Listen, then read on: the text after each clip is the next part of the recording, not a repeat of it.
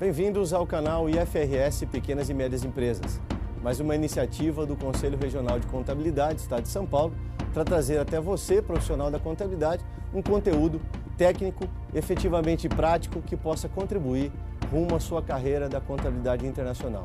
Para dar início a esse nosso canal, nós convidamos o mestre, professor Artem Bertolini, para que faça início às suas explanações. Por favor, professor. Obrigado, Luiz Fernando.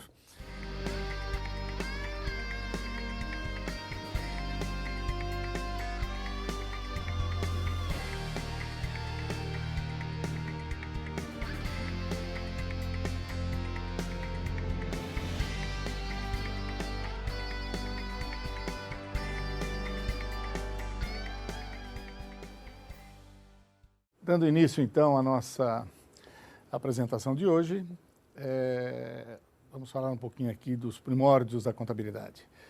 Os primeiros registros, de fato, antecedem aqui muito a nossa era, né? Eles vêm desde as primeiras manifestações da antiguidade, onde temos diversas referências sobre práticas contábeis, digamos, rudimentares. A contabilidade contemporânea, como nós conhecemos hoje, ela está calcada aqui na obra do Luca Pacioli, que foi a Summa de Aritmética, Geometria, Proporzioni, Proporzionalità, editada aqui pela primeira vez em Veneza em 1494. Esta obra é muito abrangente. Ela contém aqui diversos assuntos envolvendo filosofia, perspectiva, pintura, aritmética, geometria, enfim. E dentre estes vários campos que foram abordados nessa obra, nós temos aqui, dentro do capítulo dedicado à geometria, não é? O Tractatus 11º.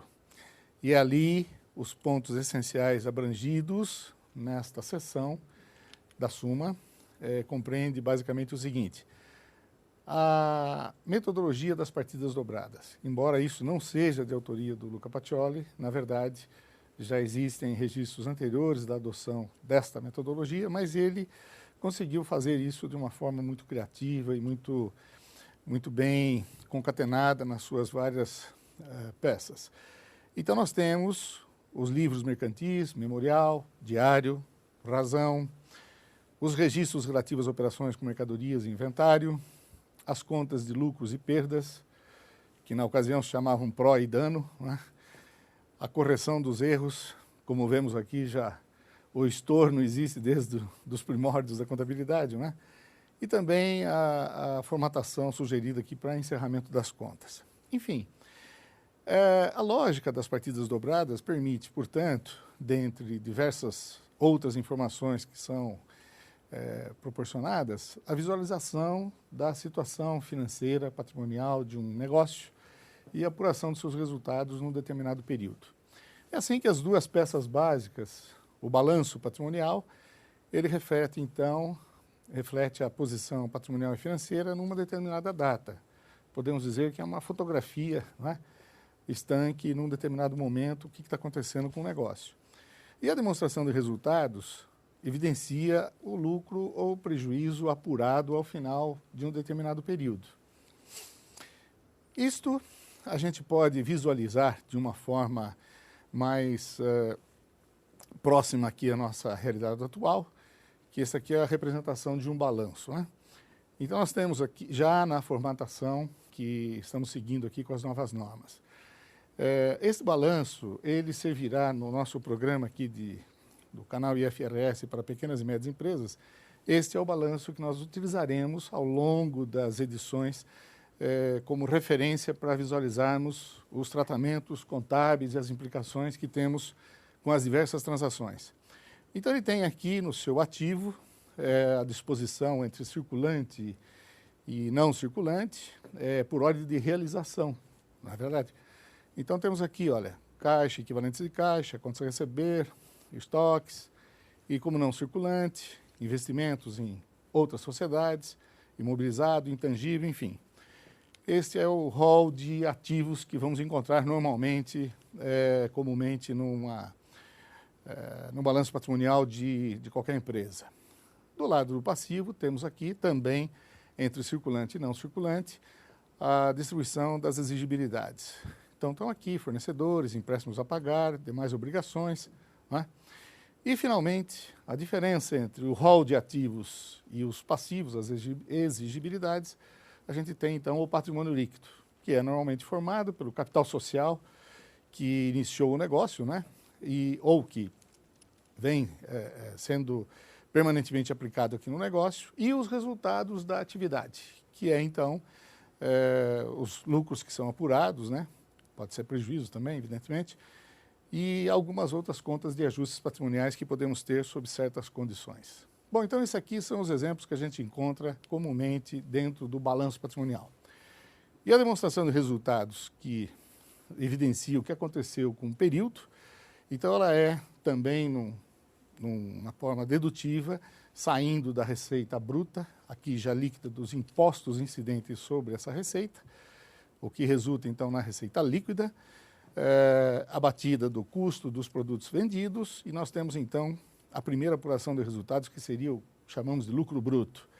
Aí vem por ordem sequencial, outras receitas, outras despesas, e vamos chegando então no resultado antes das receitas e despesas financeiras.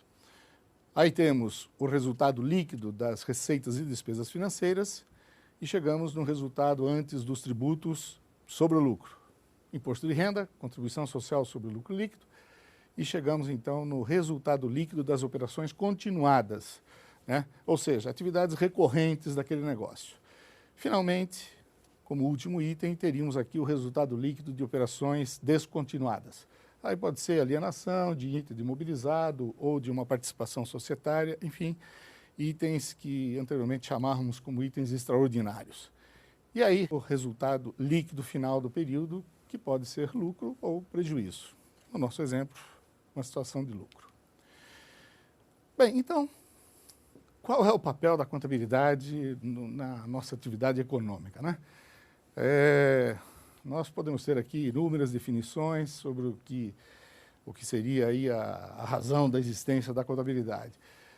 Mas talvez, para mim, uma das mais felizes, eu ouvi de alguém que não é contador, onde um engenheiro mecânico que disse o seguinte, que para ele a contabilidade tem, para a empresa, a mesma função e utilidade que o painel de instrumentos tem para um veículo, para um automóvel.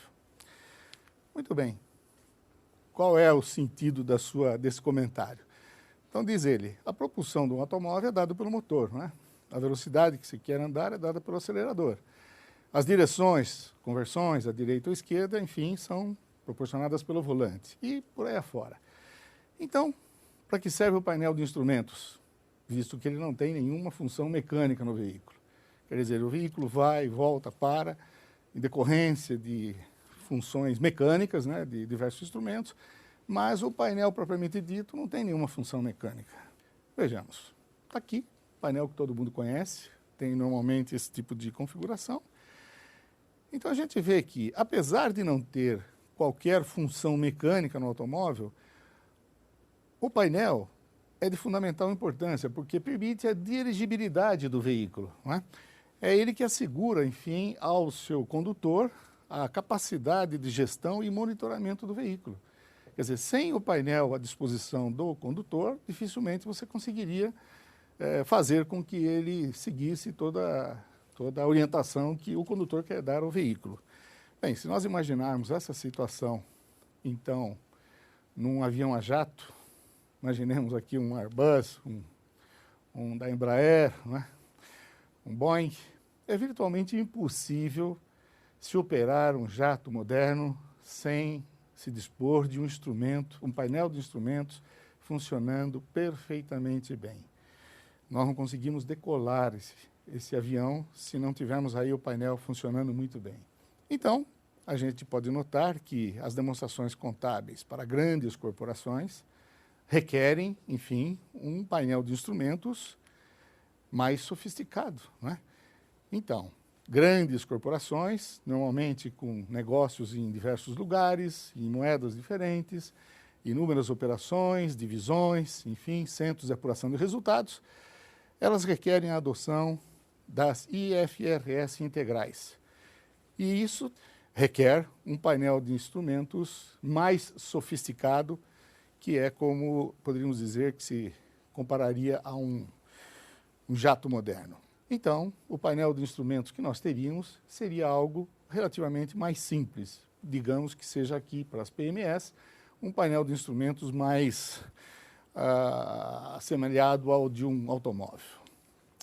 De qualquer forma, o que vemos é que com o processo de globalização que nós tivemos aí extremamente acentuado nas últimas décadas, acabou gerando a necessidade de adotarmos alguns padrões uniformes para as demonstrações contábeis, que as demonstrações contábeis possam, enfim, ser compreendidas universalmente. Ou seja, que usuários interessados de um determinado país possam compreender ou entender o que se passa com o negócio num outro âmbito, numa outra realidade.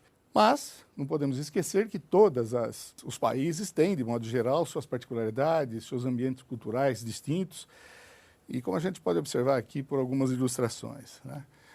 Então, essa ilustração mostra aqui como os ingleses normalmente gostam de ver as demonstrações contábeis com alguns critérios um pouco distintos do que normalmente se pratica em outros lugares. Se vermos aqui, é uma ilustração mostrando como funciona esse conceito aqui na Alemanha, né? Onde são muito pontuais aqui na apuração de resultados, e aqui a referência que é feita é sobre o RKW, que é um sistema de apuração de custos bem detalhado, muito preciso, que os alemães costumam ter na elaboração das suas demonstrações contábeis. Aqui os americanos focados, né, em critérios bem pontuais, de avaliação de resultados, apuração aqui, até a bottom line, né, a apuração dos resultados, do lucro, e também porque faz parte da cultura deles algumas práticas que não são tão disseminadas como em outros países, como é o caso, por exemplo, de opções de ações, né, para remuneração de executivos, enfim. E aqui temos, como um último exemplo, o que é próprio aqui da cultura asiática, né? Um slide mostrando uma figura aqui do Japão, mas também se aplica a algumas outras comunidades asiáticas, em que a prioridade é normalmente dada para eficiência, enfim, produtividade, né? E aí, normalmente, algumas referências desse tipo é que, pelo ambiente cultural deles, se espera obter nessas informações contábeis que são usualmente preparadas. Bem, então, nós vemos que, como parte de todo esse processo, o surgimento de uma organização internacional, o IASB, International Accounting Standards Board, que tem como finalidade principal a harmonização das práticas contábeis, para que possamos ter, então, uma linguagem universal de comunicação sobre o que acontece com os negócios de modo geral, né? Eu pediria que o Luiz Fernando pudesse dar continuidade, comentando daqui para frente como evoluímos nesse sentido até chegarmos ao estágio atual.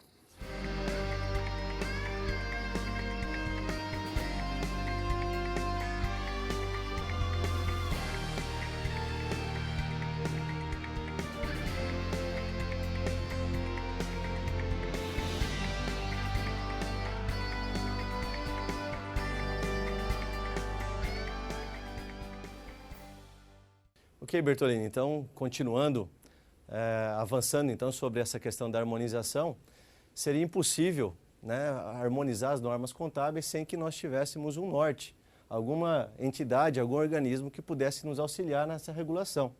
Então, foi assim que o IASB surgiu nesse cenário, International Accounting Standards Board, né? Nós podemos comparar o IASB com o nosso Conselho Federal de Contabilidade, com atuação aqui no Brasil.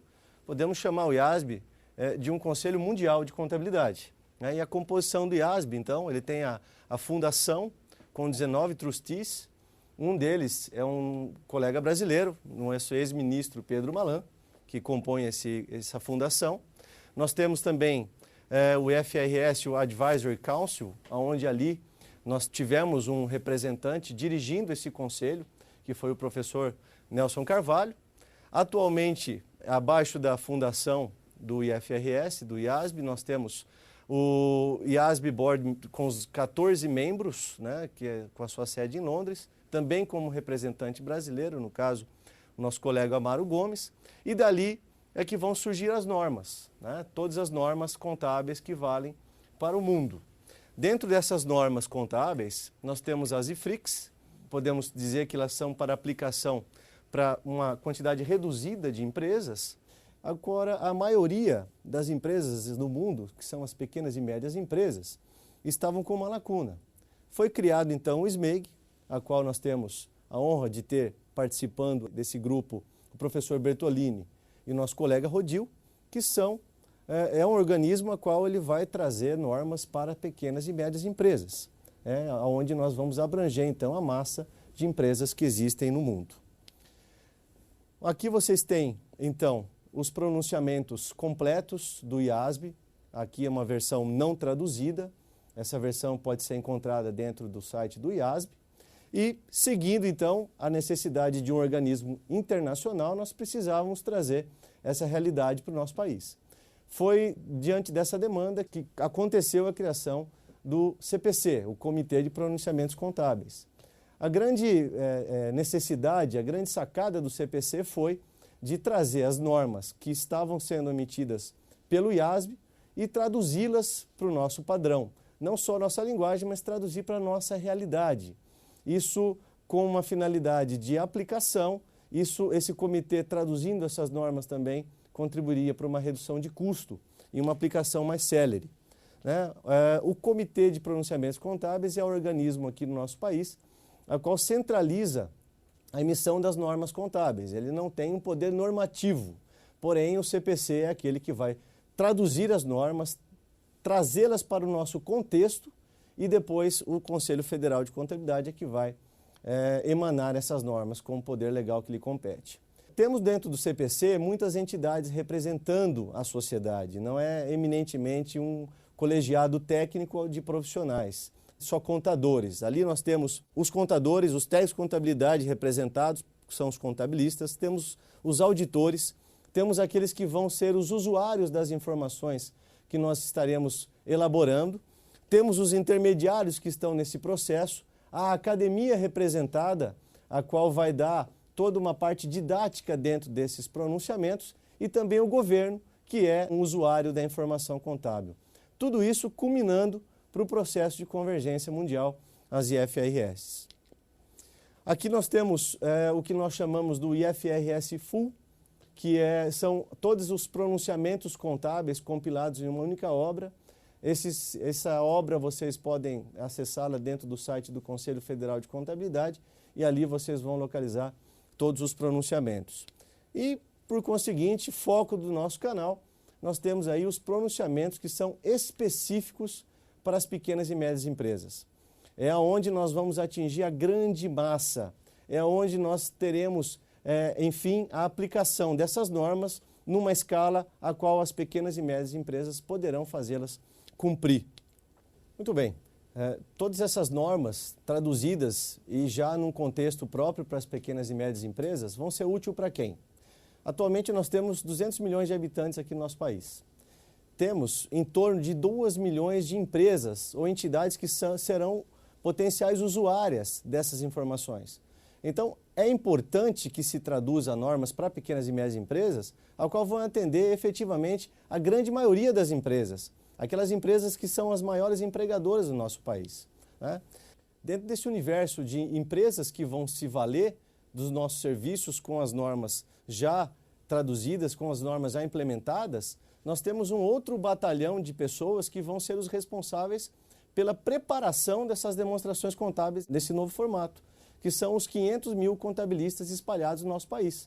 Só no estado de São Paulo, nós temos cerca de 150 mil profissionais, a qual o Conselho está preocupado para formá-los e capacitá-los a fim de que tenham efetivamente condições de atender essas 2 milhões de empresas e tenham condições de converter todas as suas demonstrações para esse padrão internacional. Com relação aos pós-graduados, nós temos hoje cerca de 500 doutores e 3 mil mestres, ou seja, apenas 0,5% do contingente total dos nossos profissionais são doutorados ou mestres, a fim de que possa dar continuidade nesse treinamento contínuo. É um desafio que a profissão está encarando e está investindo para que a gente possa suprir essa lacuna, preparando melhor os nossos alunos, os nossos egressos, para que entrem no mercado e possam ter uma qualidade boa de serviço.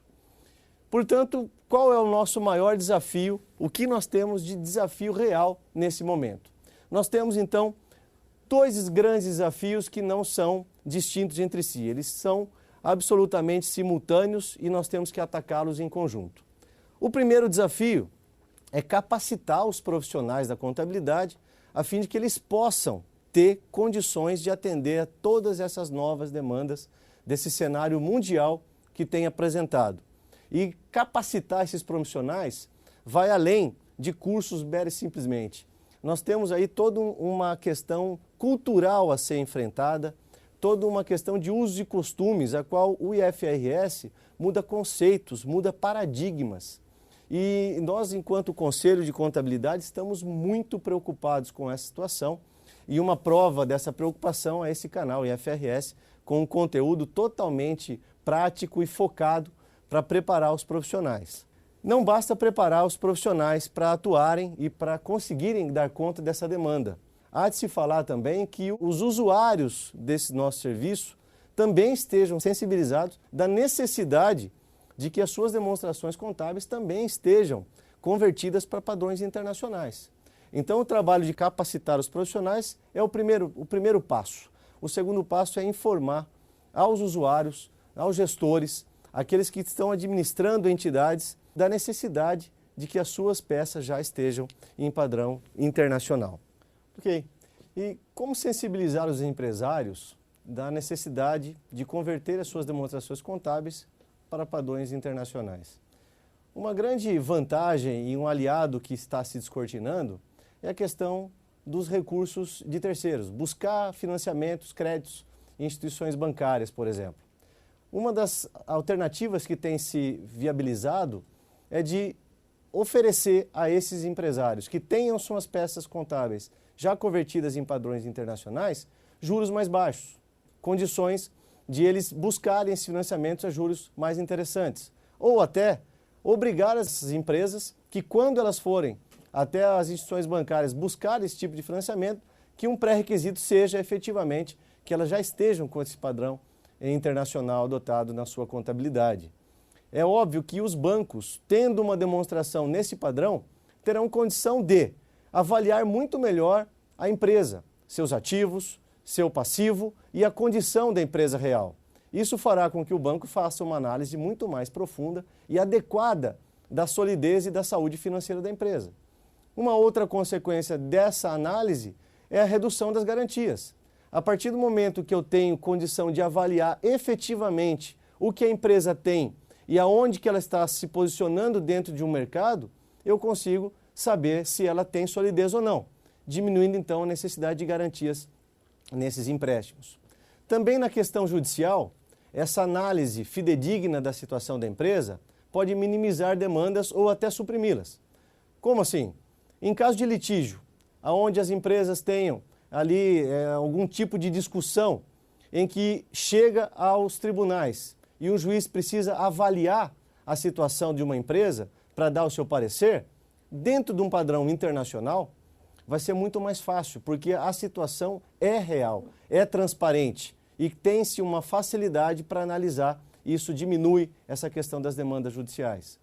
Além disso, o grande ponto da conversão é que as empresas tenham na contabilidade, nos padrões internacionais, instrumentos efetivos de gestão para poder monitorar os seus negócios, para poder alavancar os seus negócios, para você fazer ajustes, como diz o professor Betolini, enxergar esse painel desse avião, desse jato, desse veículo e poder, analisando esse painel, tomar as suas decisões.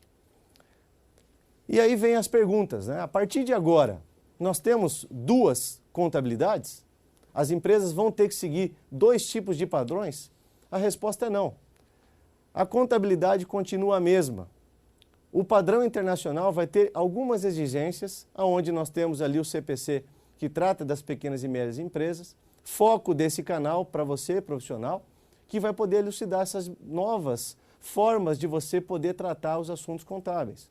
Isso vai exigir bastante do profissional e uma interação muito mais intensa e muito mais efetiva dentro da construção dessa contabilidade. Ainda, com a adoção das novas regras, a administração das pequenas e médias empresas vão precisar de uma participação mais intensa nos assuntos contábeis? A resposta é sim.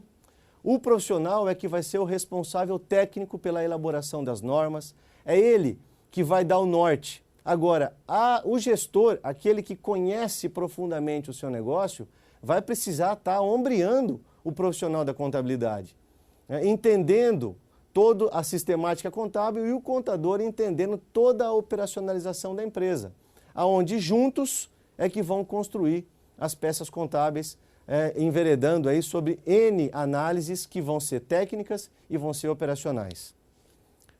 Outra questão, é correto supor que o serviço de contabilidade, a demanda dos serviços de contabilidade aumentará? Também a resposta é positiva.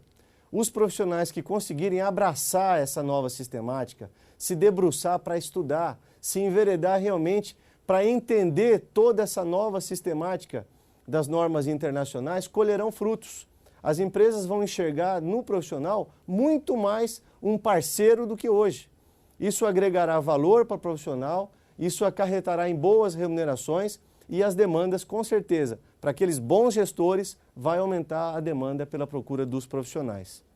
Enfim, o grande desafio a qual nós estamos nos deparando é nos preparar adequadamente para conseguir dar a resposta a essa mudança, a essa nova sistemática. O desafio hoje para nós profissionais da contabilidade é de nos prepararmos, nos capacitarmos a fim de honrarmos esse novo compromisso que nós temos com a sociedade. É imperioso que nós saiamos da nossa zona de conforto, é imperioso que nós tenhamos essa predisposição e estarmos abertos a aprender essa nova sistemática, esses novos conceitos para poder atender adequadamente às exigências que o mercado internacional nos advirá. E o canal IFRS para pequenas e médias empresas, ele se posiciona dentro desse contexto como um aliado para você, profissional, no sentido de te ajudar a entender toda essa nova sistemática. A nossa proposta com esse canal é de trazer um conteúdo efetivo, de trazer um conteúdo prático e um conteúdo que efetivamente agregue valor para você. É óbvio que não é estanque, esse canal não vai suprir todas as lacunas, mas ele vai dar um belo norte, um pontapé inicial nessa sua nova carreira rumo à contabilidade internacional.